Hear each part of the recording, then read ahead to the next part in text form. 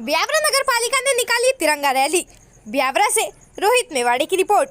आज हर घर तिरंगा अभियान के तहत ब्यावरा में नगर पालिका के द्वारा तिरंगा यात्रा नगर के प्रमुख मार्गों से निकाली गई, जिसमें विधायक रामचंद्र दांगी, पूर्व विधायक नारायण सिंह पवार, विधानसभा अध्यक्ष अजय सोनी, जिला महामंत्री अमित शर्मा, जिला उपाध्यक्ष जसवंत गुजर, लोधा समाज प्रदेश अध्यक्ष इंदर सिंह लवंशी, जिला महामंत्री भाजपा किसान मोर्चा जनपद सदस्य, नगर पालिका अध्यक्ष प्रतिनिधि पवन कुशवाहा, नगर पालिका सीएमओ, जन प्रतिनिधियों सहित सभी अधिकारी, वरिष्ठ जन, युवा साथियों ने यात्रा में भाग लिया। राजगढ़ जिले में गौवंश की स्थिति दयनीय। शासन, प्रशासन और हिंदुवादी संगठन भी नहीं कर पा रहे गायों की दशा में सुधार। राजगढ़ जिले में गायों की स्थिति दयनीय। तलेन में 3 गायों की मौत। शासन प्रशासन उदासीन। दिनांक 5 अगस्त 2023 को ब्यावरा से खिलचीपुर तक मोटरसाइकिल से गायों की दशा और स्थिति को जाना। जगह जगह हाईवे पर गाय बीच रोड में खड़ी और बैठी पाई गई। ब्यावरा से रोहित मेवाड़ी की रिपोर्ट। राजगढ़ जिले में गौवंश की स्थिति दयनीय है। शासन और प्रशासन, हिंदुवादी संगठन भी गायों की स्थिति में सुधार नहीं कर पा रहे हैं। हाईवे पर मर रहा है गौवंश। मोटरसाइकिल, बस, ट्रक चालक हो रहे परेशान। संभल कर चलाना पड़ रहा है वाहन। मध्य प्रदेश की सड़कों पर असहाय अवस्था में बैठी लाखों गौमाता की पीड़ा से प्रदेश का कोई भी नागरिक अनभिज्ञ नहीं है। रोजाना दैनिक समाचार पत्रों में गौवंश के सड़कों पर होने से हो रही दुर्घटनाओं और वाहनों द्वारा कुचले जा रहे गौवंश की खबरें प्रातःकाल पढ़ने और सुनने को मिलती है, जो बहुत ही कष्टप्रद है। घर से बाहर निकलते ही आप जिस किसी भी मार्ग पर जाएंगे तो की संख्या में गौवंश आपको सड़कों पर दिखाई देगा। इसमें गौवंश का कसूर नहीं है, उसने सार्वजनिक मार्गों को अवरुद्ध किया है, बल्कि यह इस बात को दर्शाता है कि जब भी किसी की उपेक्षा होती है या अधिकार का हनन होता है, तब वह अपने अधिकार की रक्षा के लिए सड़क पर ही उतरता है, जिससे उनकी पीड़ा को देश प्रदेश की सरकारों के साथ ही जनता भी देख सके। शायद यही बात मध्य प्रदेश में गौवंश पर भी चरितार्थ हो रही है।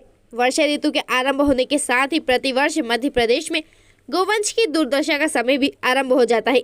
पूरे मध्य प्रदेश में जैसे ही फसल की बुआई शुरू होती है, वैसे ही ग्रामीण अपने गांवों से गौवंश को खदेड़ने लग जाते हैं। बेसहारा गौमाता छोटे छोटे बछड़ों के साथ कई दिनों तक भूखी प्यासी सड़कों पर घूमती रहती है और शाम होते गांव या शहर के निकट सड़कों पर आकर बैठ जाती है।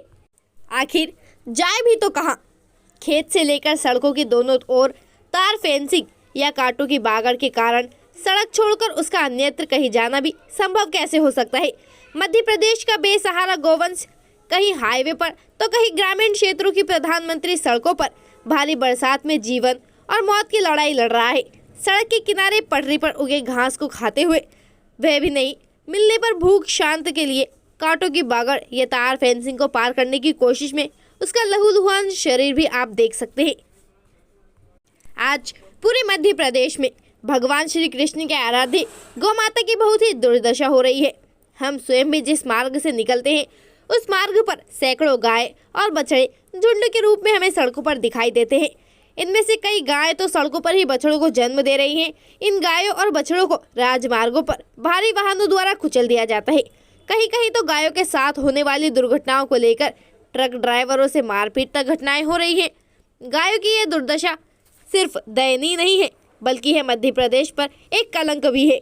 मध्य प्रदेश में शासन द्वारा कई गौशालाएं भी बनाई गई हैं, लेकिन इन गौशालाओं में समुचित इंतजाम और जवाबदेही नहीं होने के कारण उनका संचालन ठीक से नहीं हो पा रहा है। उनमें कुछ भी तो खाली पड़ी है तथा कुछ में गायों की संख्या अत्यधिक है, जिससे गायों की समुचित देखभाल नहीं हो पा रही है। सरकार द्वारा जनहित में कई जन कल्याणकारी योजनाएं चलाई जा रही हैं। यदि उन योजनाओं को गौपालन से जोड़ दिया जाए तो काफी हद तक गौवंश की समस्या का समाधान हो सकता है।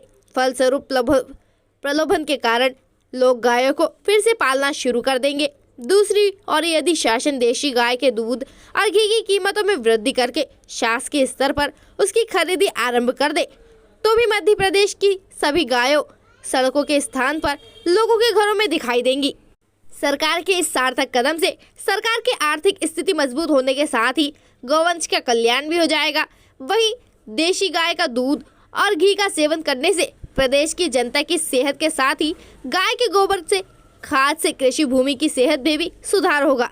दूसरी ओर प्रदेश में भंग किए गए गौ सेवा आयोग को पुनः बनाया जाकर गौशालाओं का समुचित प्रबंधन और जवाबदेही भी तय किया जाना चाहिए, जिससे मध्य प्रदेश में हो रही दुर्दशा से गोवंश को बचाया जा सके।